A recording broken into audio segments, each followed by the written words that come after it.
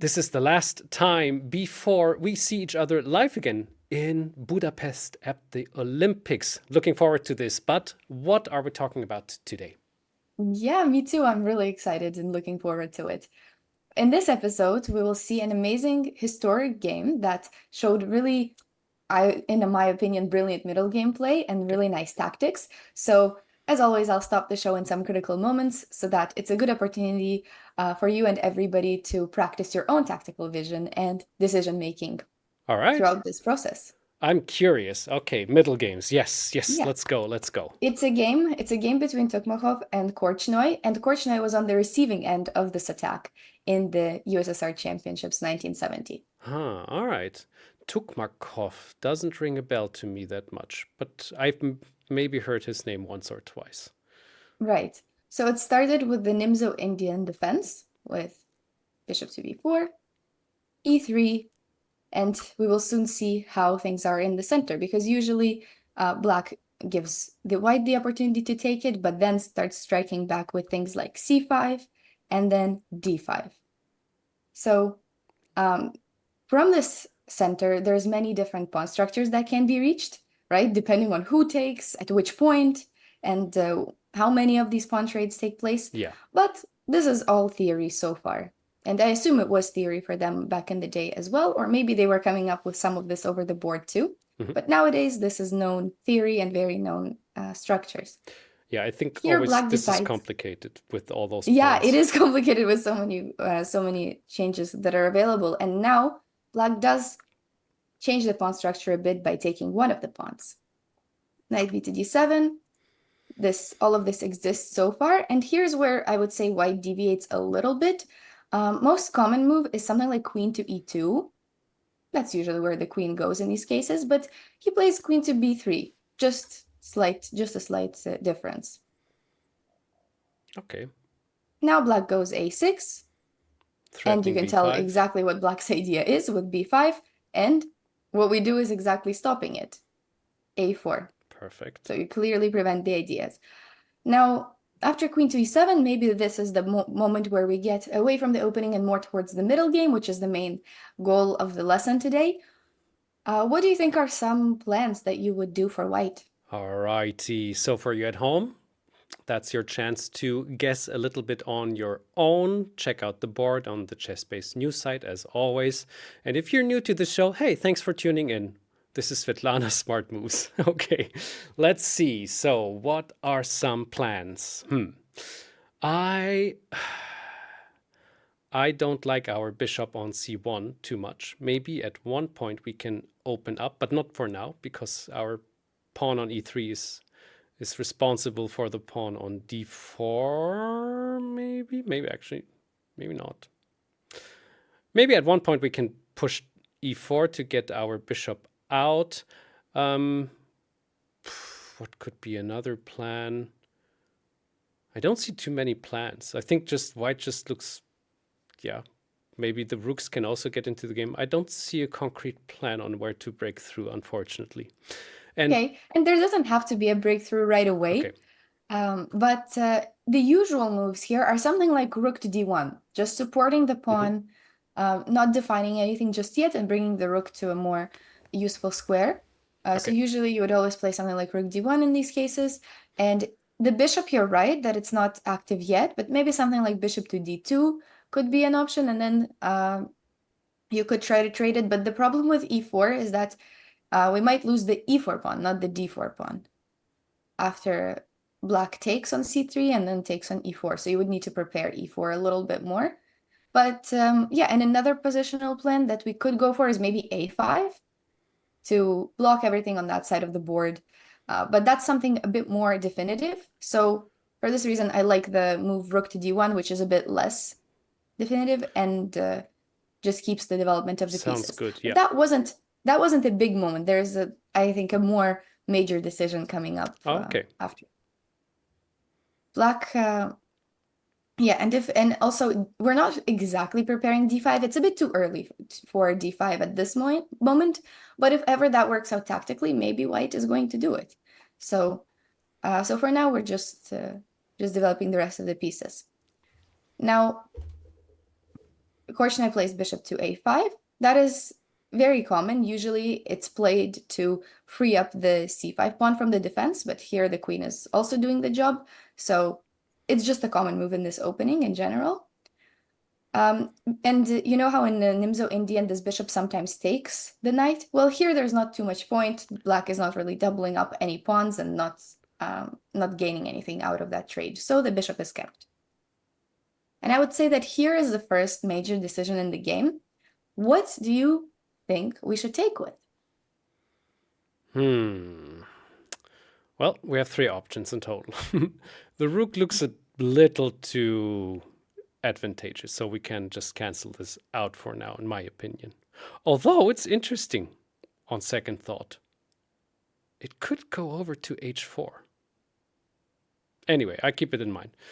Then we could isolate our pawn and take on d4, but we could also push it forward to open up the middle a bit better, unless black pushes further away. If we take with the knight has a nice spot, in my opinion. It's very hard to get the knight away. I vote for the knight, but it is actually really interesting because I'm not sure if all piece swaps would after all work, or if one is very, very clear. Yeah, so actually all 3 are an option and the position is equal. There is no insane difference between all of the 3.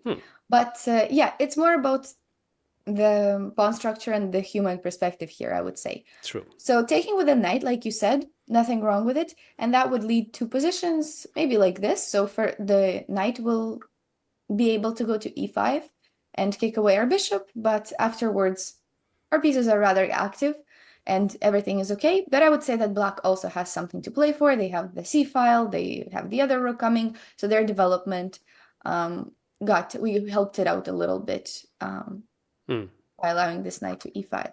With the rook is also interesting, and actually surprisingly it works as well. Exactly for the idea you mentioned with rook to h4.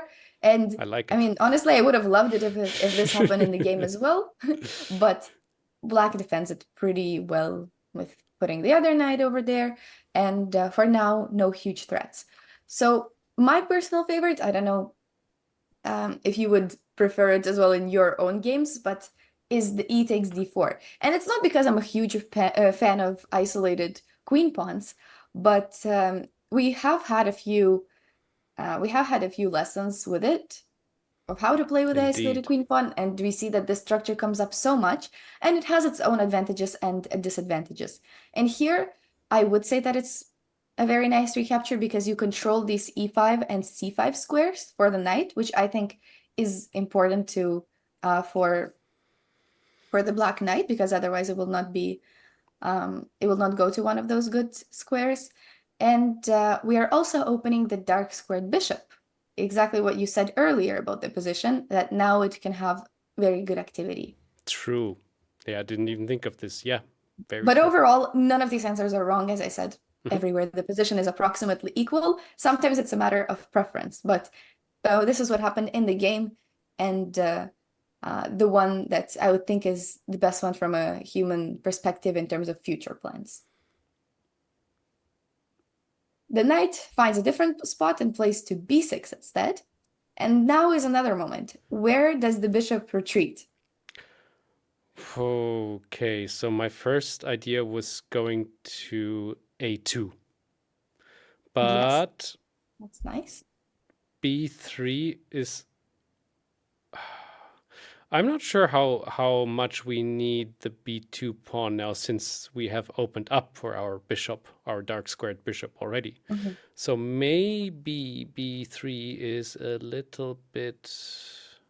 does it even make a difference? Yeah, but what's the advantage of it being on b3 rather than on a2? We're just blocking our rook a little more, but it's not that important, I think. I think a2. I wouldn't go in the other direction. I mean, there's probably also an option going to f1 and then g3 and bishop g2, but...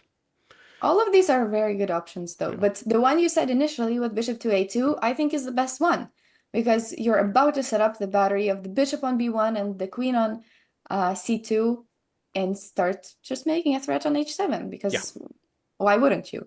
And it's nicer than with the bishop and the queen this way, even though the position is still good here, and that's a very normal piece placement. But if we can create an extra threat with the bishop here, we should. And yeah, there's nothing wrong with blocking the rook, even though I really admire maybe your idea of playing rook a3 or something like that. Maybe that was your plan. But yeah, the bishop is not blocking much, and this is the best retreat, even though, like you said, all the other ones also work. These two lead to a better position for white, for slight advantage for white as well. Bishop f1 is still good. Maybe this one is a bit more passive, but I liked the decision of bishop to a2 because it's consistent with the previous plans. Yeah. Now, h6 is what black played, and usually we know that in isolated queen pawn positions, the side with the isolated pawn should try to start an attack, right? We've had this theme very, very often, but the way it gets done in this game, to me, is really harmonious and very nice to learn from. So white goes the knight to e5. That's another thing that this pawn does, is that it just creates a nice square for the knight. It's protected. It cannot really be kicked out very easily, and it's a very typical attacking move in these positions. Now, black makes a slight mistake. So the correct play for black would have been to take control of the d5 square, which is another common idea in these positions, because that's the main area, that's the main strong square for black. White's isolated pawn is weak for the reason that there's nothing next to it, and we cannot kick away that piece from d5 ever with our own pawns. So this would have been the correct defense by also taking control of this b4 square, which is slightly weak, and then keeping the knights like that, and then maybe taking care of the bishop. But in the actual game, black goes bishop to d7. It looks very normal to just get the rooks in, but that also allows white to start an attack. That's a pattern, yeah, I have seen a couple of times already. Yes. Rook f to d8, and you could try to find the next really nice plan. So, I mean, if we get our knight to g4, the black knight cannot take back, otherwise it would be checkmate. That is nice. Right. And then we can even consider doing some more shenanigans with taking on h6 with the bishop. But maybe it's too much for now. Yeah, knight g4 wasn't actually what I considered, but it's good that you're looking at that side of the board with the tactics already. Okay. And what about knight e4? It's a bit slower though. Knight e4 also makes sense. Yeah. Knight e4 also and nice. Last but not least, I am thinking if we have enough time to put the rook to d3 and then to g3 maybe. That's what happened in the game. So that's the one I was looking for. Nice. But your suggestions are also nice. And what I like about all of your suggestions is that they are all, adding a piece into the attack or getting closer to the attack. For example, even if you get this knight into the attack, that's already good news. And the same, it's rook d3 definitely leads to a different plan, but it's all about getting one more piece into the attack whenever there is a possibility. I don't know if you also mentioned with the bishop on h6, and actually it would have been possible to even take now and continue with rook to d3 here. But black does have a defense. It's a bit weird, but bishop to e8, and then rook g3. Something very passive like this defends. I really this is a really strange bishop being so boxed in like that. But white is just slightly better. They did sacrifice the piece for it. So white needs to find the next way to break through because black just defended everything to take back with the knight. So even this would have been possible, and maybe Also, maybe also nice for those that like the Interesting. sacrificing style. There was also this move G4 that I like. Oh, It's a bit crazy though. wow. Something like this is possible, but slightly crazy, because you're opening up your own king. So I would say that this rook d3 plan that you found is the best of everything because you still continue the attack, but you also don't put yourself into any danger. Yes, I like it. Black, Korchnoi played rook a to c8. As if nothing's happening. Doesn't he understand? I think he's just trying to complete development, honestly. I'm just kidding. But Yeah, but that's unfortunately not in time because White's attack is already starting. So but it's also a skill to finish the attack effectively. So just getting it is nice, but I would say that getting it all the way to the end is also the hard part. So we do have some tactical training ahead. So I'll ask you some tactical questions Okie from now dokie. on. First, rook to g3. That's exactly what we came there for. Then Black decides to just make that decision to play king to f8. That's actually fine. And if you think about it, there was not too many ways that bishop to h6 could have been really prevented, and all of the threats would have been prevented. But now, I don't know why exactly Korchnoi didn't do the sacrifice that he wanted to do, so bishop to h6 was still possible. But there are some subtleties here, and something like this would have still been winning, but he would have to find bishop to h7 here, which is a bit easy to miss. But once you see it, the knight is really attacked, and this pawn will fall right after it. Once you see it, it cannot be unseen. Yeah. Yeah, but that should be it. But instead, he plays a super interesting idea. I won't make you find it, but queen to d2. It's like it's a move that seems a bit off, but it has a very clear idea. So after knight b to d5, I want you to calculate for White in terms of what you would play. Yeah. I mean, of course we have to calculate, but it's ending very quickly.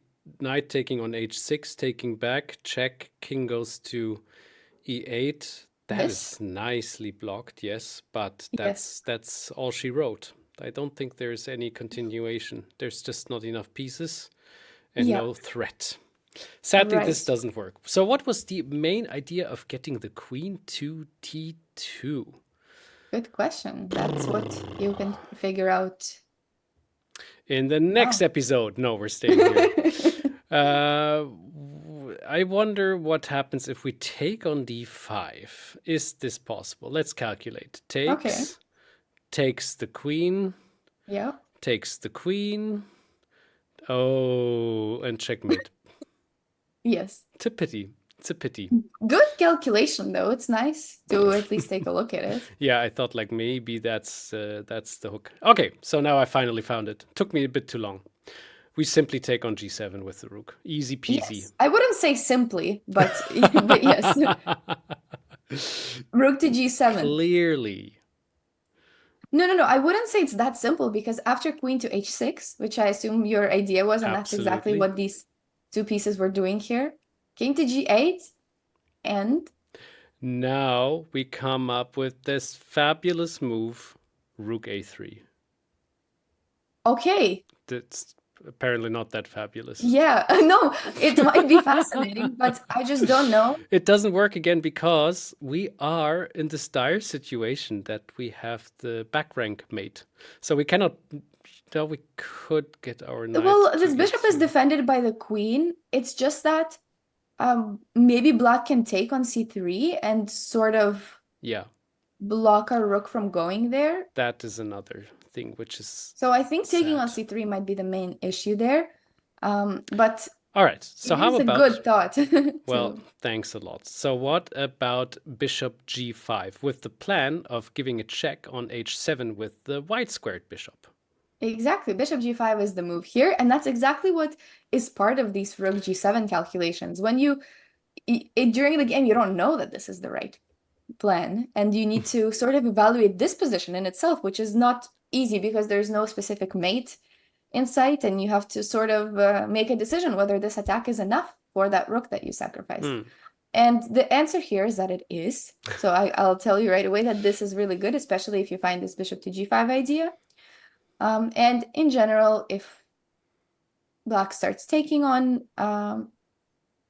c3, we can then also start having these bishop to h7 threats. But first, the move is h3, which is a bit wild, but you've mentioned that back rank so many times. And now bishop to h7 works. Oh, because before there would have been the check, and that is not an option. Yeah. And something like this is winning. Wow. And but yeah, we could have calculated bishop h7 there first as well. But the most important thing is to deliver this at the right moment. So anyways, rook to g7 did work, and maybe it was a bit too complicated with all of the quiet moves that had to be made as well. So instead, he plays a really fascinating move, bishop to g6, which I don't even know how you come up with something like that, but it makes sense, right? The bishop cannot be taken because of the knight fork, and otherwise it just attacks on f7. It's just a very simple attack on the pawn. That's what he's trying to do. That's crazy, indeed. It puts the bishop under attack, but of course it cannot be taken because of the knight fork. And other than that, it's simply attacking the pawn on f7. It's just an interesting way to do it, but that's actually part of the reason why I chose this game, is because of this piece placement with the queen, the bishop, and this bishop move that makes this attack somewhat unique. It is beautiful, yes, because if the bishop would be able to take on f7, then the queen can really take on h6, which is a and make it an even nicer mate. So, of course, black sees that attack and plays bishop to e8. Actually, this ends up also being a mistake, and it allows white to make another beautiful move. So there's now only one move that I would say really gets the job done. What do you think we play? So I wonder. I have to calculate. Knight takes queen takes h6, takes back, check, king goes to h8.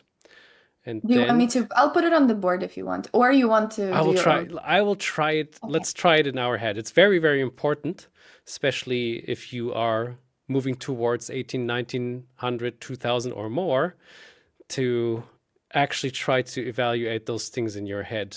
I don't want to.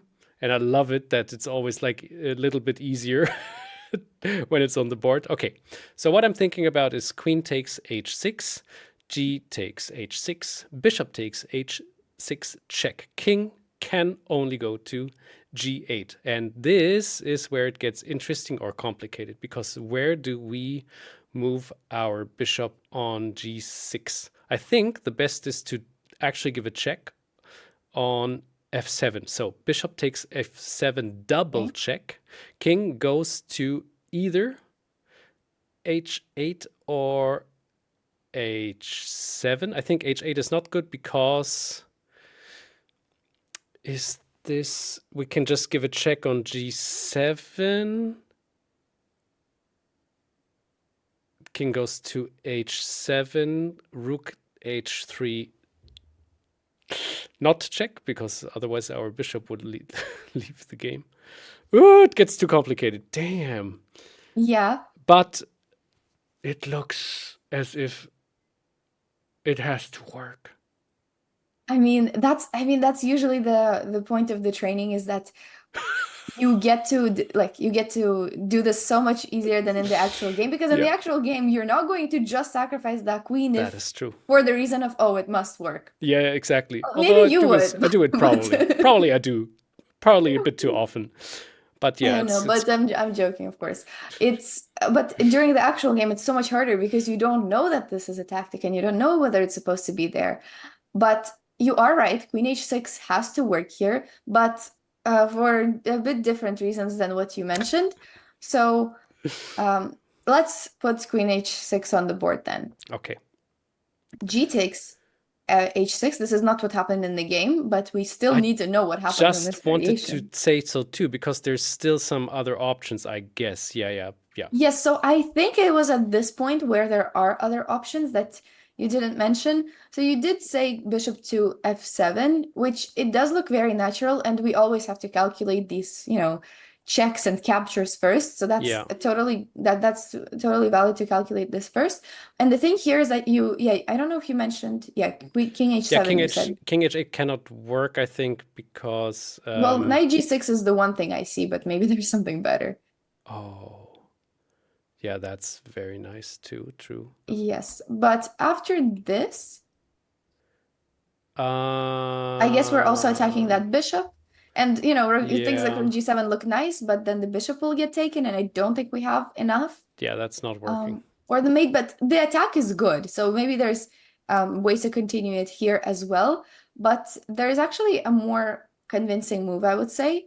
And it is if you move the bishop on this diagonal, for example, to e4, then you don't allow king to h7. So you keep control of that square while still giving the check.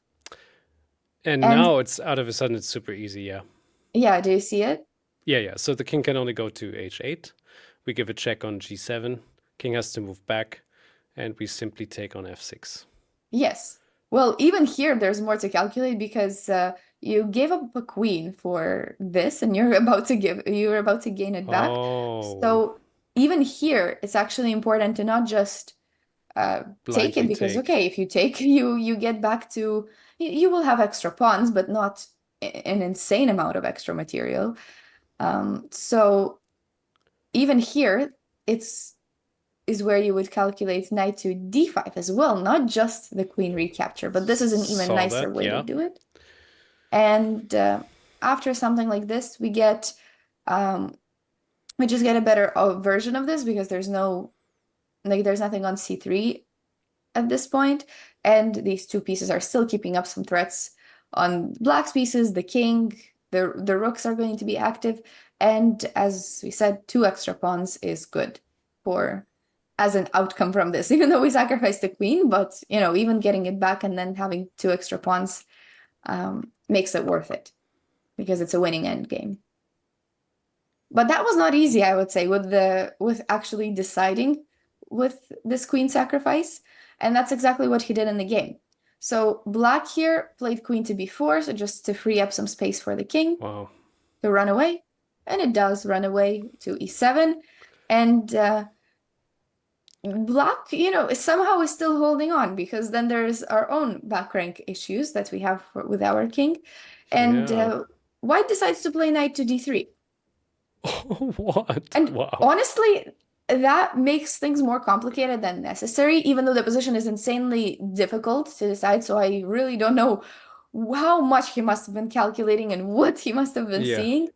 But I don't know, does it happen to you where you have this nice attack, everything is going smooth, and then you make it more complicated than it was supposed to be? Oh, for sure. But normally I do it because I'm over pushing. I just want it to work. And there are even situations more or less in blitz or bullet games where I'm going like, okay, I don't care if it's not working anymore. Now I'll just have to commit. Okay. For me, it's maybe the opposite, where I look at the opponent's threats too much and then I make a prophylactic move, and then that sort of loses the momentum. The moment of the attack a bit more. So yeah, but I think it happens to everybody, and converting is really not easy, especially if you're playing against somebody with really good defensive skills, or even just, even when the position is so complicated that none of the moves are really straightforward from here. But still, knight to d3 was played. He's defending against the main threat. Black took. The knight took on c3, and now, really nice, joining the attack is the bishop. That bishop was, saving itself for this exact moment the whole game when it was stuck at the start. And now it's finally doing a great job. King to d7 was played, and now there's only one move, I believe, that is good in this position, and I would say it's not an easy one at all, but you could think about what you would play here as white? Phew. All right. So Position is super complicated, of it course. is. So, wow. I mean, that doesn't work. That doesn't work either. I'm looking at knight going to e5 check, but that's not working. King has too many spots. Then of course Knight e5 check, in strangely enough, that's a right idea. So that's not the right move, but that's the right idea. Okay. Yeah, that's interesting. So I wonder if there's always this threat of knight e2. So it must be relatively forcing, because knight e2 is not only knight e2. Knight e2 takes the rook in the second move and then gives a check. And then out of a sudden, there are some issues with rook on a1. Yeah. Okay. Now. Yeah, so is there anything that can both defend from knight to e2 and threaten knight to e5? Exactly. That is the question, isn't it? I am thinking how to do this. Damn. Is it just... No, it cannot be. Oh, I cannot find it. Dang. I'm almost considering rook e1. Why which is almost? so You passive. should be considering it fully. Is it really that move? Wow. One. No way. It looks weird, maybe based on the fact that it's slow, like it's not a check or anything. But if you mentioned it correctly, if we consider forcing moves like bishop to f7, then, well, knight to e2. This rook is a problem and this rook is a problem. So you also mentioned knight to e5, and that's a nice check that we would like to give in the future, and that does not only attack the king, but also threatens queen to f6, threatens f7, threatens a lot of things, really. So rook to e1 solves all the three issues at once. Knight e2 is no longer an issue, this rook hanging is not an issue, and knight to e5 is a threat on the next move. So it combines prophylaxis with our own ideas. Crazy But game. as I said, to me, this move, it's maybe not difficult to come to this conclusion here at this position, but imagine how difficult it is to come to this conclusion, 5 moves ago or 4 moves ago when you're just calculating this variation. Yeah, 100%. Wow. So rook e1, you are right, and this, I believe, was the only move. And it's not easy when there's so many options. But overall, this king tries to run, and bishop to e7 is now played. That's a threat. Very nicely. And after knight here, the rook gets taken. Bishop to e4, another nice move. Ah. And I'll just show the rest. It wasn't... At that point, the position is already winning. After bishop e7, the position is winning, basically. But we've already seen, I think, the most important tactics of the position. So this is something you can also check out in the ChessBase article and things like that. But overall, white went on to win. I think that there were some great middle game ideas here. There's a lot of good tactical practice in this position, especially if you try to look at it without moving the board. And just a nice reminder of how to play these isolated queen-pawn positions, and a game from the past that I believe some may not know. For example, myself. That was wonderful. Thank you so much, Svitlana. Yeah, absolutely great game. Hope you enjoyed it as well at home. And we see each other soon. But for now, we're both going to be at the Olympics. So maybe some of you we will even meet there. Until then, bye-bye.